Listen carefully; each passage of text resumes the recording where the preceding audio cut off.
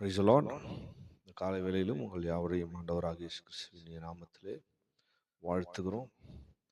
நம்முடைய தொடர் வேத பாடத்துடைய இந்த 12வது பாகத்தை நாம் இந்த காலை நேரத்தில் சிந்திப்பதற்கு முன்பதாக கண்களை மூடி கர்த்தரை நோக்கி பார்ப்போமாக. அன்பான தெய்வமே, உம்முடைய அருமையான சமூகத்துக்காக துதிக்கிறோம். நீ நல்லவர் என்பதை ருசித்து பார்க்கும்படியாக ஆண்டவரே எங்களுடைய வாழ்க்கையிலும் இன்னும் ஒரு ஆண்டை கூட்டி தந்து ஆண்டவர் எங்களை நடத்தி வருகிற உடைய தயவுக்காய் கிருபைக்காய் ஸ்தோத்திரம். ஆண்டவரே, இந்த நாளிலும் கத்தாவே நீ வெளிப்படுத்தி தர வேண்டியதான உடைய வார்த்தைகளை சத்தியங்களை எங்களுக்கு சொல்லித்தாரும். ஆண்டவரே, வேதத்தின் மறைபொருள்களை கத்தர் எங்களுக்கு வெளிப்படுத்த முடியாது ஜெபிக்கிறோம் சுவாமி. எங்களோடு கூட பேசும், எங்களை உயிர்ப்பியும் உடைய வார்த்தைகளை கேட்டு நாங்கள் பலனடைய ஜீவனடைய அப்பிரகாரமாய் ஜீவிக கத்தர் எங்களுக்கு கிருபை செய்ய முடியாது ஜெபிக்கிறோம். தாழ்த்தி எருமையாக்கிறோம். இயேசு மூலம் கேட்கிறோம் பிதாவே, ஆமென். தானியேலின் தீர்க்க தரிசனம் 3ஆம் அதிகாரம் 6ஆம் வசனத்தை நாம் வாசிக்கும் போது, தானியேல் 3:6 படிக்கும்போது, எவனாகிலும் தாழ விழுந்து அதை பணிந்து கொள்ளாமல் போனால் அவன் அந்நியரமே எரிகிற அக்கினி சூழி நடுவிலே போடப்படுவான் என்றார். பிரியமானவர்களே, ராஜா ஒரு 60 முழ உயரமான பொற்சலையை, 6 முழ அகலமான ஒரு பொற்சலையை நிறுவிவிட்டு அந்த பொற்சலையை அவனுடைய ராஜ்யத்துக்குள் இருக்கக்கூடிய யாவரும் வணங்க வேணும் என்பது அவனுடைய தீர்மானமாக இருந்தது. அது பிரகாரமாக யாவரும் வந்து வணங்கும் போது அங்கிருந்ததான யூதர்களை சேர்ந்த யூத வாலிபர்களாக இருந்த ஷாத்ராக், மேஷக், ஆபேத் நெகோ என்பவர்கள் அவர்கள் ராஜாவின் கட்டளைகளுக்கு கீழ்ப்படியாமல் அதை வணங்காமல் இருந்ததை குறித்துதான் போன வேத பாடத்திலே நாம் சிந்தித்தோம். தானியேலின் தீர்க்கதரிசனம் 3ஆம் அதிகாரம் 16ஆம் வசனத்திலே வாசிக்கும் போது அவர்களுடைய அந்த தைரியத்தை குறித்து நாம் அந்த வசனத்தில் பார்க்கிறோம். ஷாத்ராக், மேஷக், ஆபேத் நெகோ என்பவர்கள் ராஜாவை நோக்கி, நேபுகாத் நேச்சாரே, இந்த காரியத்தை குறித்து உமக்கு உத்தரவு சொல்ல எங்களுக்கு அவசியம் இல்லை.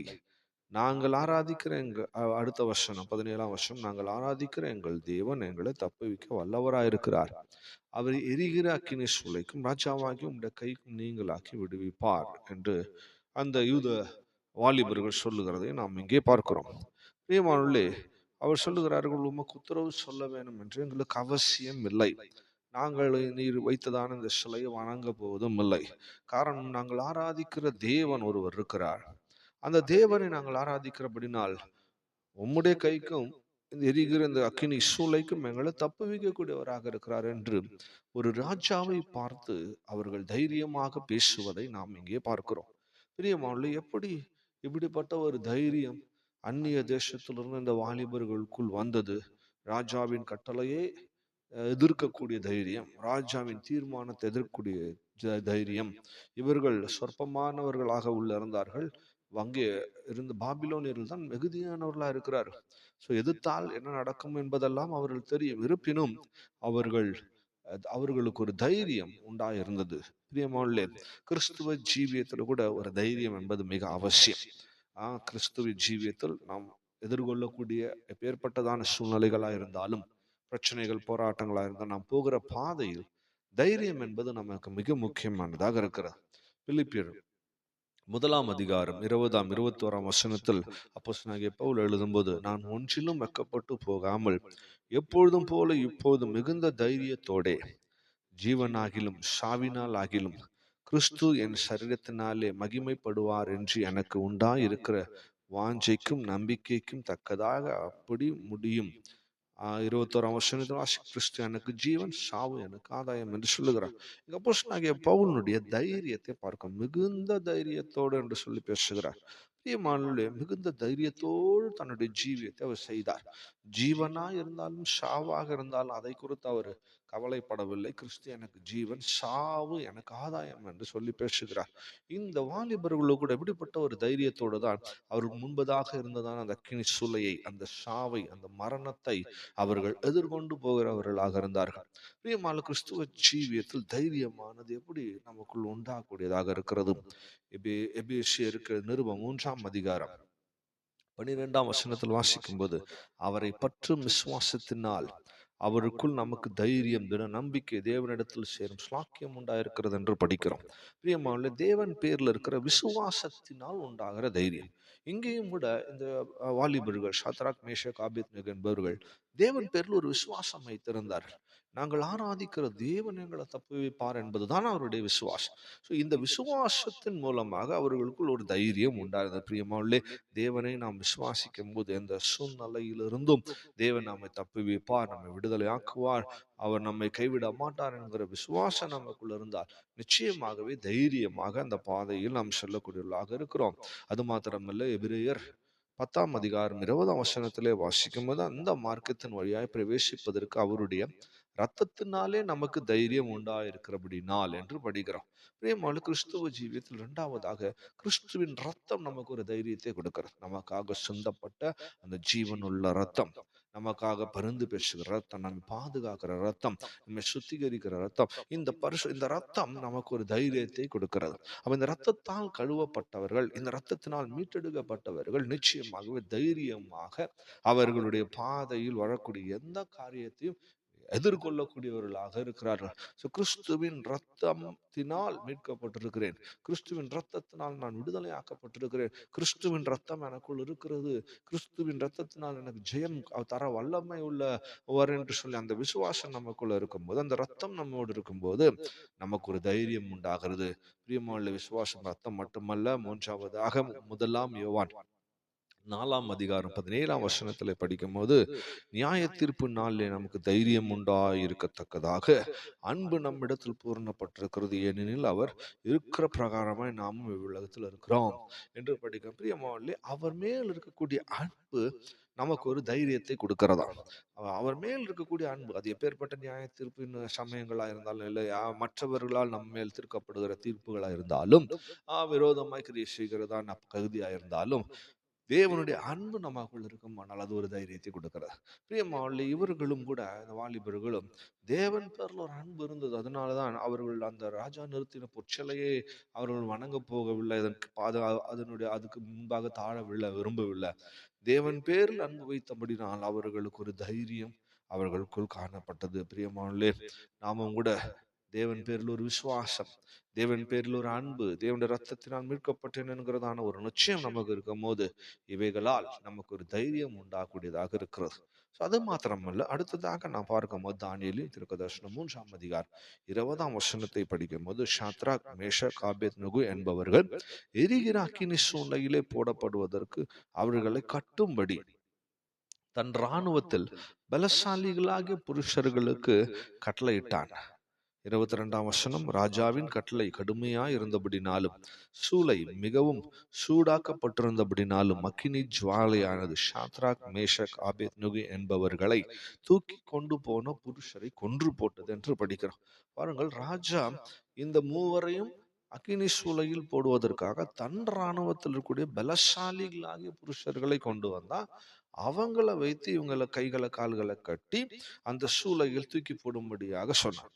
இந்த பலசாலிகள், இந்த இராணுவத்தில் இருந்த பலசாலிகள் அவர்களை கட்டி தூக்கி கொண்டு போய் போடும்படியா போகும்போது, தூக்கி கொண்டு போனவர்களை அக்கினி பட்சித்தது என்று சொல்லி பார்க்கிறோம். பாருங்கள், அந்த அக்கினி எந்த அளவுக்கு சூடா இருந்தபடினால் கொண்டு போனவர்களை பட்சித்து விட்டது. ஆனா உள்ளே கொண்டு போகப்பட்டவர்கள் பட்சிக்கப்படவில்லை. பிரியமானவர்களே, இங்கே பார்க்கும், அதனால்தான் வசனத்துல வாசிக்கும் போது சங்கீதக்காரன் சொல்லும் 33 சங்கீதம் 16 எந்த ராஜாவும் தன் சேனையின் மிகுதியால் ரட்சிக்கப்படான், சௌரியவானம் தன் பலத்தின் மிகுதியால் தப்பான் என்று படிக்கிறோம். எவ்வளவு பெரிய சௌரியவானாக, எவ்வளவு பெரியதான பலசாலியாக, பராக்கிரமசாலியாக இருந்தாலும் கூட தன் பலத்தினால் தப்புவதில்லையா. தேவன் கிரியை செய்யும் போது, இல்லாவிட்டால் தேவன் ஒரு மனிதனை தண்டிக்க நினைக்கும் போது, அவர்கள் எவ்வளோ பெரிய பலசாலியாக சௌரியவான்களா இருந்தாலும் தப்பிக்கிறதில்லை. ஆனால் அதே சமயம் தேவன் ஒருவனை பாதுகாக்க வேண்டும் என்று நினைக்கும் போது, அவர்கள் எவ்வளோ பலவீனமானவர்களாக இருந்தாலும் தேவன் அவர்களை தப்புவிக்க வல்லமை உள்ளவராக இருக்கிறார். பிரியமானவர்களே, ஆகவே இந்த இடத்தில் இப்படிப்பட்ட சோதனைகள், போராட்டங்களை தப்பித்துக் கொள்வதற்கு நம்முடைய பலனும், நம்முடைய சௌரியமோ, இல்லாவிட்டால் நம்முடைய வீரமோ, நம்முடைய சாமர்த்தியமோ அவசியம் இல்லை. கர்த்தரை சார்ந்து கொள்வதுதான் அவசியம். இன்னும் சொல்ல போனா கர்த்தருடைய வசனம் என்ன சொல்கிறது? 121 சங்கீதம் 7 படிக்கும்போது, கர்த்தர் உன்னை எல்லா தீங்குக்கும் விலக்கி காப்பார், அவர் உன் ஆத்துமாவை காப்பார் என்று படிக்கிறோம். மத்தேயு எழுதின சுவிசேஷம் 10 அதிகாரம் 28 வாசிக்கும், ஆத்துமாவை கொல்ல வல்லவர்களாயிராமல் சரீரத்தை மாத்திரம் கொல்லுகிறவர்களுக்கு நீங்கள் பயப்பட வேண்டாம். ஆத்துமாவையும் சரீரத்தையும் நரகத்திலே அழிக்க வல்லவருக்கே பயப்படுங்கள் என்று படிக்கிறோம். ஆகவே பிரியமானவர்களே, இங்கே அவர்களுக்கு வர சோதனை அக்கினிமயமான சோதனையாக இருந்தாலும், அக்கினி சூளைக்குள்ள போடப்படுகிற சூழ்நிலையா இருந்தாலும், இங்கே கர்த்தருடைய வார்த்தையை அவர்கள் அன்றைக்கு விசுவாசித்தார்கள். அவர் எல்லா தீங்குக்கும் விலக்கி காப்பார், ஆத்துமாவை காப்பார். எது சம்பவித்தாலும் அது சரீரத்திற்கு தான் உண்டாக கூடியதா இருக்கிறது, ஆத்துமா நஷ்டப்பட போகிறது இல்லை. ஆகவே அவர்களுக்கு தெரிந்த இந்த வசனம், ஆத்துமாவை கொல்ல வல்லமை உள்ளவர், அவருக்கு பயப்பட வேண்டும். அவருக்கு பயந்தார்கள், சரீரத்துக்கு விரோதமாய் கிரியை செய்கிறவர்களை பார்த்து பயப்படவில்லை. ஆகவே அந்த சாத்ராக் மேஷக் ஆபேத்நேகோ என்பவர்களை குறித்து நாம் பார்க்கும்போது, அவர்கள் சரீரத்துக்கு விரோதமாய் கிரியை செய்கிறதான வல்லமைகளை கண்டு பயப்படாமல், ஆத்துமாவுக்கு ஆத்துமாவை அழிக்கக்கூடிய வல்லமை உள்ள ஆண்டவருக்கு பயந்தபடினால், அவர்கள் இந்த அக்கினியினால் உண்டாகிற தீங்குக்கோ சேதத்துக்கோ நாச மோசத்துக்கோ பயப்படாமல் அந்த பாதைக்குள்ளே அவர்கள் கடந்து போகிறவர்களாக இருந்தார்கள். ஆகவே பிரியமானே, சௌரியமோ பலனோ நம்மை பாதுகாக்காது. கர்த்தரை சார்ந்து கொண்டு கர்த்தருக்கு பயப்படுகிற பயத்தோடு நாம் முன்னேறும் போது தேவன் நம்மை பாதுகாக்கக்கூடியவராக இருக்கிறார்.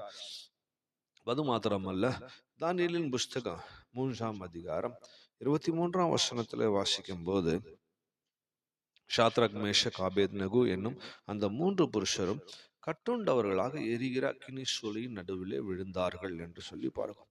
பாருங்கள், இங்கே ஒரு அக்கினிமயமான பாதைக்குள்ளே அவர்கள் போக வேண்டியது அவசியமாக இருக்கிறது. கடந்த வித படத்துல சொன்னேன், கிறிஸ்துவ ஜீவியத்தில் பலவிதமான அக்கினிமயமான பாதைகள், சோதனைகள், போராட்டங்கள் வரும். 1 பேதுரு 4 அதிகாரம் 12 படிக்கிற போது, பிரியமானவர்களே, உங்களை சோதிக்கும்படி உங்கள் நடுவிலே பற்றி எரிகிற அக்கினியை குறித்து ஏதோ புதுமை என்று திகையாமல் என்று சொல்லுவார். பற்றி எரிகிற அக்கினியை பற்றி ஏதோ புதுமையா இருக்குன்னு திகைக்க தேவையில்லை. அதெல்லாம் கிறிஸ்துவ ஜீவியத்துல வரக்கூடிய ஒரு விஷயம், சம்பவிக்கக்கூடிய விஷயம். ஆகவே இப்படிப்பட்ட சோதனைகள் காலங்களிலே நம்முடைய தேவன் என்ன செய்கிறார் என்று பார்க்குமானால், யோபின் புஸ்தகம் 9 அதிகாரம் 23 வாசிக்கும் போது, சவுக்கானது அசுப்பிலே வாதித்து கொள்ளும் போது அவர் குற்றம் இல்லாதவர்களின் சோதனையை பார்த்து நகைப்பார் என்று. குற்றம் இல்லாதவர்களுடைய ஜீவியத்தில் வரக்கூடிய சோதனைகளை பார்த்து தேவன் நகைக்கிறார். சோதனை என்பது அவரவர்களுடைய தப்பிதங்களால், குற்றங்களால் அவர்கள் சோதிக்கப்படுகிறார். அவரவர்கள் தன்னுடைய சுய இச்சையினால் இழுப்புண்டு சோதிக்கப்படுகிறார்கள் என்று வேதம் சொல்லும். அப்ப குற்றமில்லாமையினால் வருகிற சோதனைகளை பார்க்கும்போது ஆண்டவர் நகைக்கிறார். இங்கேயும் கூட சாத்ராக் மேஷக் ஆபேத்நேகோ என்பவர்கள் அந்த விக்கிரகத்தை வணங்கவில்லை, அந்த பொற்சிலையை வணங்கவில்லை என்கிற குற்றம் மேல் இருந்தாலும் தேவனுடைய பார்வையில் அவர்கள் குற்றமற்றவர்களாக இருந்தார்கள். ஆகவே இப்ப அந்த சோதனை, அக்கினிமயமான சோதனை வழியாய் போகும்போது தேவனும் கூட அங்கேயும் அவர் நகைக்கக்கூடியவராக இருந்திருப்பார். யோபு இதை எழுதுமோ சொல்றப்ப, யோபும் சோதிக்கப்பட்ட காலகட்டத்துல அவர் தேவன் கூட அதை பார்த்து நகைத்திருப்பார். பிசாசு சோதித்து அனுமதி கேட்டு சோதிக்கிறான். தேவனுடைய பார்வையில் அது ஒரு நகைப்பின் விஷயமாக இருந்திருக்கும். 2 பேதுரு 2 அதிகாரம் 9 வாசிக்கும் போது, கர்த்தர் தெய்வ பக்தி உள்ளவர்களை சோதனை நின்று ரட்சிக்கவும், அக்கிரமக்காரரை ஆக்கினைக்குள்ளானவர்களாக நியாய தீர்ப்பு நாளுக்காக வைக்கும் அறிந்திருக்கிறார் என்று படிக்கிறார். தேவ பக்தி உள்ளவர்களை தேவன் சோதனையிலிருந்து ரட்சிக்கக்கூடியவராக இருக்கார். பக்தியை நம்ம ஒருபோது விட்டு விடக்கூடாது. சோதனை காலகட்டங்கள் வரும்போது தேவன் நகைக்கிறார். அதை பார்த்து அவர் அதை பற்றி குற்றமில்லாத சோதனைகளை பார்த்து தேவன் நகைக்கிறார். அப்படிப்பட்டதான சோதனைகள்ல தேவன் ரட்சிக்க வல்லமை உள்ளவராக இருக்கிறார். ஆகவேதான் யாக்கோபு அப்போஸ்தலன் சொல்லும் போது 1 அதிகாரம் 2, 3 வாசிக்கும் போது, என் சகோதரர், நீங்கள் பலவிதமான சோதனைகளில் அகப்படும் போது உங்கள் விசுவாசத்தின் பரீட்சையானது பொறுமையை உண்டாக்கும் என்று அறிந்து அதை மிகுந்த சந்தோஷமாக எண்ணுங்கள் என்று சொல்லுவார். சோதனையின் காலகட்டம் வரும்போது, பிரியமான சோதனைகள் மூலமாக நாம் சோதிக்கப்படும் போது, நம்முடைய ஜீவியங்கள்ல, நம்முடைய குடும்பங்கள்ல சோதனைகள், போராட்டங்கள் வரும்போது நாம் அதை சந்தோஷமாக எண்ண வேண்டுமா? ஏனென்றால் அது நமக்குள்ள விசுவாசத்தின் பரீட்சை பொறுமையை உண்டாக்கக்கூடியதாக இருக்கிறது என்று படிக்கிறோம். ஸோ இந்த சோதனைகளின் காலங்களில் நாம் சந்தோஷமாக அதை எண்ணி அதற்குள்ளே கடந்து போக வேண்டியது அவசியமாக இருக்கு. ஸோ இந்த சோதனையிலிருந்து நாம் லூக்கா எழுதின சுவிசேஷம் 8 அதிகாரம் 13 வாசிக்கும் போது சோதனைகளின் நேரத்துல பலவிதமான அதீரியமான வார்த்தைகளோ இல்லை வேற காரியங்களோ வந்து நம்ம இடற செய்யும். ஆகவேதான் இந்த வசனத்துல வாசிக்கிறோம். லூக்கா 8:13 கற்பாறையின் மேல் விதைக்கப்பட்டவர்கள் கேட்கும்போது சந்தோஷத்தோட வசனத்தை ஏற்றுக்கொள்கிறார்கள். ஆயினும் தங்களுக்குள்ளே வேர்கொள்ளாதபடினால் கொஞ்ச காலம் மாத்திரம் விசுவாசித்து சோதனை காலத்தில் பின் வாங்கி போகிறார்கள் என்று படிக்கிறோம். பாருங்க, வச வசனத்தை கேட்டு சந்தோஷமா கேட்பது முக்கியம் அல்ல. தேவனுடைய வசனத்தை சந்தோஷமாய் கேட்பது முக்கியம் அல்ல. அந்த வசனத்தை ஏற்றுக்கொண்டு அதன்படி ஜீவிக்க ஒப்பு கொடுக்க வேணும். அதுக்குள்ள வேர் கொடுக்க வேணும். அப்படியானால் சோதனை காலம் வரும்போது பின்மாற்றம் வராது, பின் வாங்கி போக மாட்டோம். அப்ப இந்த வேர் இல்லாத அப்படின்னாலும் பின்வாங்குதல் உண்டாகிறது. எபேசியர் 3:17 வாசிக்கும் போது விசுவாசத்தினாலே கிறிஸ்து உங்கள் இருதயங்களில் வாசமா இருக்கும், நீங்கள் அன்பிலே வேரூன்றி நிலை பெற்றவர்களாக என்று படிக்கிறோம். ஆகவே வசனத்தை கேட்கிறவர்களாக மட்டுமல்ல, தேவ அன்பினால் நிறைந்து அந்த அன்புக்குள்ள வேர் கொடுக்க வேணும். அந்த வசனத்தை கேட்கிற சத்தியத்துக்குள்ள வேறு ஆழமா கொடுக்கும் போது சோதனைகள், போராட்டங்கள், காட்சிகளாய், கொந்தளிப்புகளாக பலவிதமான சூழ்நிலையில வரும்போது அதுல விழுந்து போகாதபடி தேவன் நம்மை பாதுகாப்பார். பின் வாங்கி போகிற அனுபவம் நமக்கு உண்டாகாது. கர்த்தருடைய நாமத்துக்கு மகிமை உண்டாகட்டும். ஆகவே அந்த சோதனையை அவர்கள் தைரியமாக உள்ளே கடந்து போகிறார்கள். காரணம், அவர்கள் அன்பின் ஆழத்துக்குள் வேர் கொடுத்திருந்தபடினால் அந்த அன்பு அவர்களை அந்த இடத்துல ஜெயம் எடுக்க உதவி செய்தது. அவர்கள் விழுந்து போகல, இல்லாவிட்டால் அந்த சூழ்நிலையில் பின் வாங்கவில்லை. அடுத்ததாக தானியேலின் தீர்க்கதரிசனம் 3 அதிகாரம் 23 வாசிக்கும் போது ஷாத்ராக், மேஷக், ஆபேத்நேகோ என்னும் அந்த 3 புருஷரும் கட்டுண்டவர்களாக எரிகிற அக்கினி சூளையின் நடுவில் விழுந்தார்கள் என்று படிக்கிறோம். பாருங்க, கட்டுகளோடு உள்ள போனார்கள் அந்த சூளைக்குள்ள போகும்போது. ஸோ அப்படியே கொண்டு போய் விடவில்லை. அவர்கள் கைகள் கால்கள் கட்டி கட்டுண்டவர்களாக உள்ளே போனார்கள். 25 வாசிக்கும் போது இதோ 4 பேர் விடுதலையாக அக்கின் நடுவிலே உலாவுகிறதை காண்கிறேன் என்று சொல்லுகிறார். பாருங்க, கட்டுகளோடு உள்ளே போனார்கள். ஆனால் அவர் உள்ள இருக்கும்போது விடுதலை உள்ளவர்களாக மாறிடுறாங்க. வெளியே வரும்போது கட்டிலோட வரல, விடுதலையோடு கூட வந்தார்கள். உதாரணத்துக்கு கல்லறைக்குள்ளே போன லாசருவை பாருங்கள். அவன் அந்த கட்டுகளோடு உள்ளே போனான். ஆண்டவர் லாசருவை வெளியே வா என்று சொல்லும்போது அவன் வெளியே வந்தான். ஆனா அந்த கட்டுகளோடவே தான் வெளியே வந்தான். அவன் சரீரத்தை சுற்றிலும் அந்த சிலைகள் கட்டப்பட்டதாக இருந்தது. அது அவுரவில்லை. ஆனா இங்கே உங்களை பார்க்கும்போது அந்த அக்கினி சூளைக்குள்ள போகும்போது கட்டுகளோடு உள்ளே போனாலும் அவர்கள் விடுதலையோடு உள்ளே உலாவுகிறார்கள், விடுதலையோடு வெளியே வருகிறார். பிரியமானவர்களே, சில நேரங்கள்ல தேவன் நம்மளுடைய நடத்துகிற பாதை இப்படியாகவே இருக்கிறது. சில நேரங்களில் பார்க்கும்போது ஐயோ அக்கினி சூளை கொடுமையாக எரிகிறது, 7 மடங்கு சூடாக்கப்பட்டு விட்டது. நம்ம போற பாதை பயங்கரமான பாதை, கொடூரமான பாதை, மோசமான பாதை, இப்படி யாருக்குமே நேரிடுகிறது இல்லை, சம்பவிக்க கூடாது, இப்படிலாம் யோசித்து கொண்டு போவோம். ஆனா பிரிய மனுஷனாத்துல தேவன் நம்மை நடத்துற பாதையை கவனிப்போமானால் வெளியில பார்க்கும்போது தான் அக்கினி சூளை 7 மடங்கு எல்லாம்.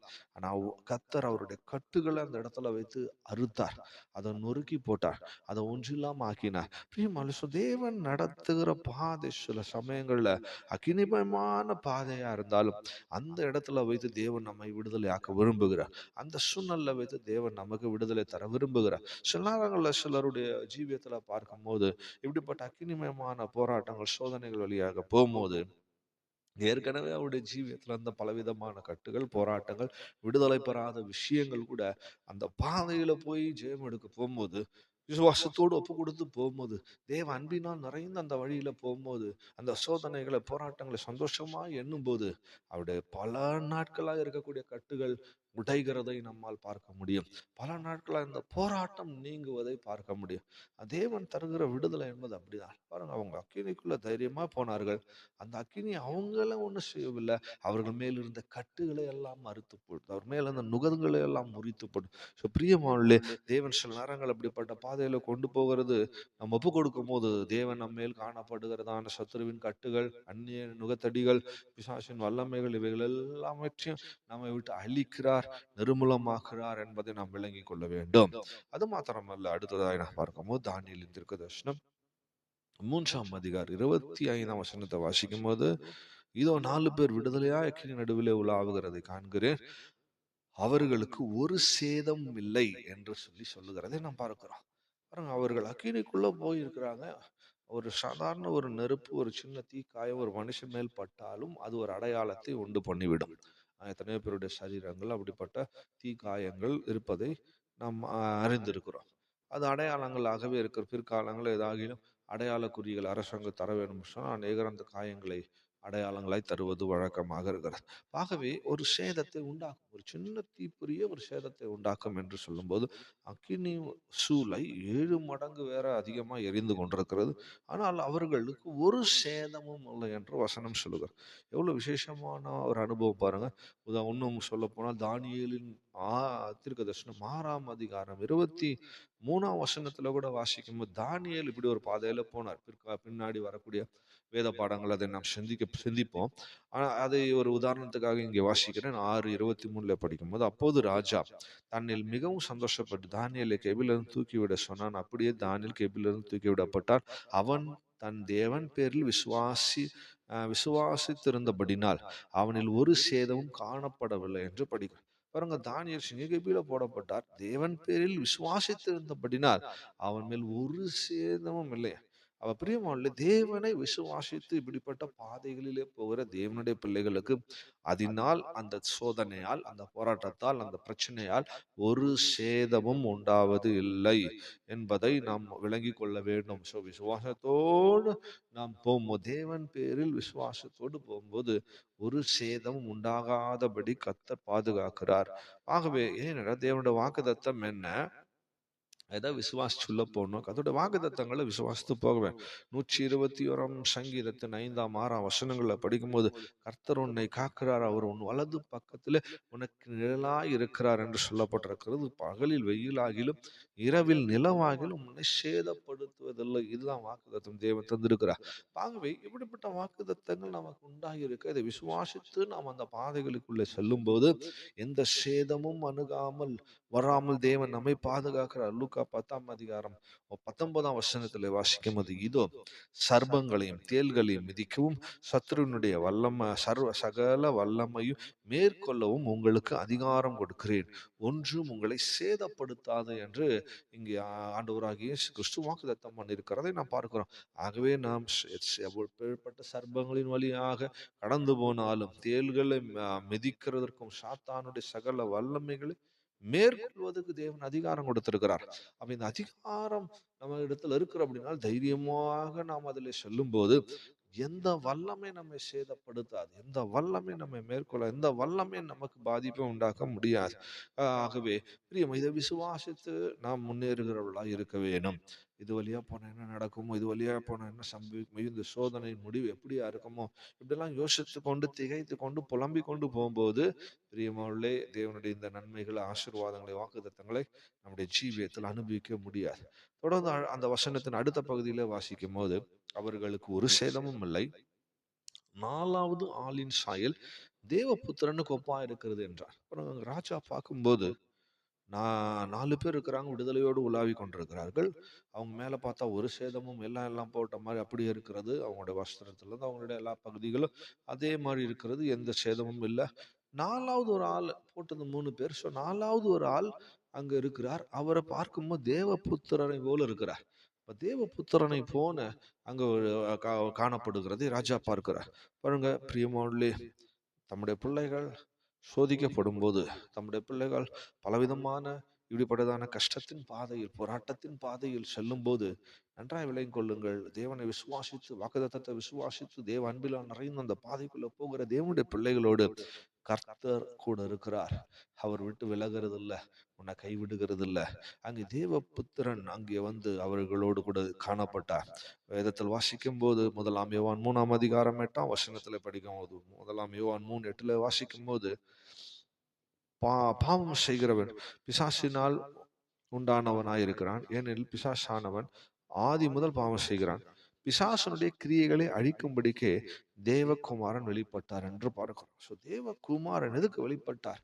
அந்த 4வது ஆளாக அந்த இடத்துல எதுக்கு வந்தார்னா, அங்க இருக்கக்கூடியதான எல்லா கிரியைகளை, பிசாசினுடைய கிரியைகளை, சத்ருவினுடைய கிரியைகளை அவர் முறியடிக்க முடியாது, இல்லாட்டா அதை அழிக்க முடியாது. 7 மடங்கு என்ன, 14 மடங்கு சூடாக்கப்பட்டால் கூட தேவகுமாரன் அங்கே வந்து அதை அழிப்பார். அந்த வல்லமையை அழித்து போடுவார். பார்ப்பதுக்கு வெளியில நெருப்பு எரிகிறது, ஆனா உள்ள அதனுடைய வீரியம் இல்ல, அதனுடைய தன்மை இல்ல, அதனுடைய சூடு இல்ல. கர்த்தர் அதை அழித்து போட்டார். ஸோ தேவகுமாரன் ஒரு இடத்துக்கு வெளிப்படுகிறான்னு சொன்னால் அங்க அந்த கிரியைகளை அழிக்கக்கூடியவராக இருக்கிறார். ஸோ இங்கேயும் தேவகுமாரன் வந்ததுடைய நோக்கம் அதுதான். இந்த கிரியைகளை முதல்ல அழிக்கணும். சத்ருவின் கிரியைகள் 7 மடங்கு சூடு பண்றியா அக்கினி, அதை நான் அழிப்பேன். பாருங்க, தேவனுடைய பிள்ளைகள் நல்ல விடுதலையோடு உலாவிக் கொண்டிருக்கிறார். ஸோ அது மாத்திரமல்ல, சங்கீதத்துல படிக்கும்போது 37ஆம் சங்கீதம் 39, 40 ஆகிய வசனங்களில் படிக்கும்போது, நீதிமான்கள் உடைய ரட்சிப்பு கர்த்தரால் வரும், இக்கட்டு காலத்திலே அவரே அவர்கள் அடைக்கலம், கர்த்தர் அவர்களுக்கு உதவி செய்து அவர்களை விடுவிப்பார், அவர்கள் அவரை நம்பியிருக்கிறபடியினால் அவர்களை துன்மார்க்கருடைய கைக்கு தப்புவித்து ரட்சிப்பார் என்று படிக்கிறார். ஸோ தேவத்தை நம்பின தேவனுடைய பிள்ளைகளை, நீதிமான்களை கர்த்தர் உதவி செய்கிறவராக இருக்கிறார், அவர்களை விடுதலை ஆக்கிறவராக இருக்கிறார், துன்மார்க்கருடைய கைகளுக்கு தப்புவித்து ரட்சிக்கக்கூடிய தேவனாக இருக்கிறார். ஸோ நன்றாக விளங்கிக் கொள்ளுங்கள். எப்படிப்பட்ட பாதையில போன ஒருவேளை துன்மார்க்க கையில் ஒப்பு கொடுக்கப்பட்டாலும், இல்லாவிட்டால் பலவிதமான சத்துருக்கள் நமக்கு விரோதமாய் கிரியை செய்கிறவர்களாக இருந்தாலும், நாம் நீதிமானா இருக்கும்போது தேவன் நமக்கு உதவி செய்கிறார், நம்மை அந்த பாதையில விடுவிக்கிறார், நம்மை தப்புவித்து ரட்சிக்கக்கூடிய தேவனாகிறார். ஸோ இந்த காரியங்களை செய்வதற்காக தேவன் அங்கே கடந்து வந்தார். அங்கு தேவகுமாரன் கடந்து வரக்கூடியதாக இருக்கிறார்.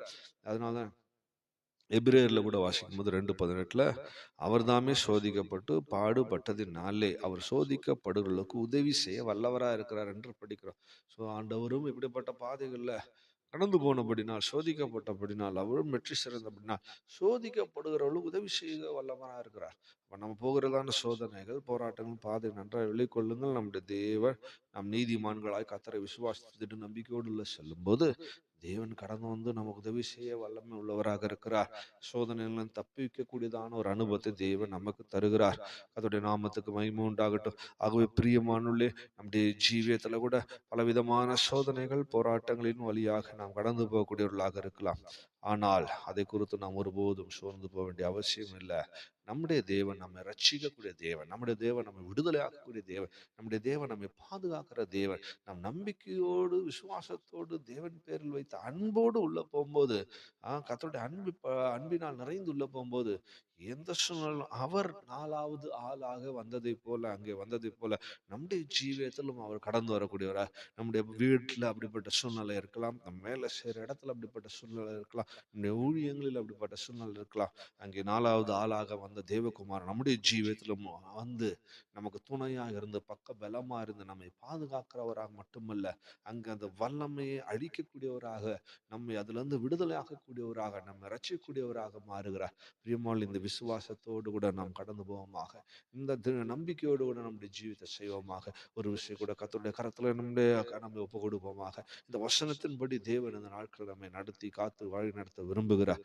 ஆகவே பிரியமால் அவரிடத்தில் ஒப்புவித்ததை அந்நாள் வரைக்கும் காக்க வல்லமை உள்ளவராக இருக்கிறார் என்று சொல்லப்பட்டிருக்கிறது. ஆக எப்பேற்பட்ட சோதனைகளின் பாதைகள், எப்பேற்பட்ட போராட்டங்களின் பாதைகள், ஒரு அக்கினிமமான சோதனையாக இருக்கலாம், ஒருவரிடத்திலும் சொல்ல முடியாத அளவுக்கு அது வேதனை உண்டாக்கூடியதான பாதையாக இருக்கலாம். பிரியமானே, நம்பிக்கையோடு இருக்கும்போது, கர்த்தரை விசுவாசித்து கொண்டு செல்லும் போது, நீதிமான்களாய் நாம் ஜீவிக்கும் போது, அங்கே நம்முடைய தேவன் நமக்காக வந்து நம் பட்சத்திலிருந்து நமக்காக கிரியை செய்கிற தேவனாக இருக்கிறார்.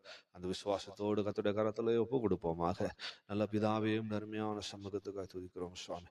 இடதான் அந்த சத்தியத்தின்படியாக கர்த்தாவே எங்களையும் உடன் தேவன் நடத்த முடியாது ஜெபிக்கிறோம். நாங்கள் போகிற பாதை எப்பேற்பட்ட பாதையாக, எப்பேற்பட்ட சோதனைகளாய், போராட்டங்களாய், கஷ்டங்களாக, பாடுகளாக, கண்ணீரின் பாதையாக இருந்தால், எங்களுடைய தேவன் எங்களுடைய தேவன் எங்களை ரட்சிக்க வல்லமுள்ளவராக இருக்கிறபடினா, ஆண்டவரே, நாங்கள் ஒருபோதும் இடறி விழாமல், பின் வாங்காமல், ஆண்டவரே, சந்தோஷமாக அந்த பாதையை எண்ணிக்கொண்டு எங்களுடைய தேவன் எங்களை தப்புவிக்க வல்லமை உள்ளவராக இருக்கிறார் என்ற நிச்சயத்தோடு நாங்கள் கடந்து செல்லும் போது, ஆண்டவரே, எங்களுடைய தேவன், ஆண்டவரே, நீதிமான்களை கைவிடாத தேவன், நீதிமான்களுடைய கூப்பிடுவது பதிலளிக்கிற தேவன், விசுவாசத்தால் நிறைந்த தேவன், அன்பினால் நிறைந்து அந்த சோதனையின் பாதையை சந்தோஷமா எண்ணிக்கொண்டு உள்ளே செல்லும் போது, ஆண்டவரே, அந்த உக்கிரத்தின் அவிழ்க்கிறீர். அந்த அக்கினியினுடைய ஆண்டவரே அந்த தணலை நீ குறைக்கிறீர். அந்த வல்லமை மேற்கொள்ளாதபடி பலன் செய்ய விடாதபடி கத்த செய்கிற ஸ்தோத்திரம். ஆண்டவரே நீ ரட்சிக்க வல்லமுள்ள தேவன். அதற்காக நீ கடந்து வந்து கிரியை செய்கிற தேவனா இருக்கும் ஸ்தோத்திரம். ஆண்டவரே இந்த நாட்களும் சோதனைகளின் பாதைகளில், போராட்டங்களின் பாதைகளில், ஆண்டவரே பலவிதமான நெருக்கங்களின் பாதைகளில் போகிற நம்முடைய ஜனங்களுக்காக ஜெபிக்கிறோம். ஆண்டவரே இந்த நாட்களில் 4வது ஆளாக அங்க வந்து தேவகுமாரன் கிரியை செய்த போல அந்த நாட்களிலும் ஒவ்வொருடைய ஜீவியத்திலும், தனிப்பட்ட வாழ்க்கையில், குடும்ப ஜீவியங்கள்ல, வேலை ஸ்தலங்கள்ல, என் ஊழியத்தின் பாதைகள் எங்கெல்லாம் போராட்டங்களை நம்முடைய பிள்ளைகள் சந்திக்கிறாள் அங்கெல்லாம் நீர் வந்து ஆண்டவரே நம்முடைய பிள்ளைகளை ரட்சித்து விடுதலையாக்கி ஒரு சமாதானத்தை இளைப்பாதலை தேவன் கட்டளையிடும்படியாய் ஜெபிக்கிறோம். கிருபையுள்ள கரத்துக்குள்ள எங்களையும் எங்களுடைய ஜனங்களை தாழ்த்தி தருகிறோம். ஆசீர்வதிங்க. இயேசுவின் மூலமாக கேட்கிறோம் பிதாவே, ஆமென். கர்த்தராகிய இயேசு கிறிஸ்துவின் கிருபையும் பிதாவாகிய தேவனுடைய அன்பும் பரிசுத்தாவின் ஐக்கியமும் காவலும் நம்மோடும் சகல தேவனுடைய பிள்ளைகளோடும் கர்த்தராகிய இயேசு கிறிஸ்துவின் வருகை மட்டும் இருப்பதாக. ஆமென்.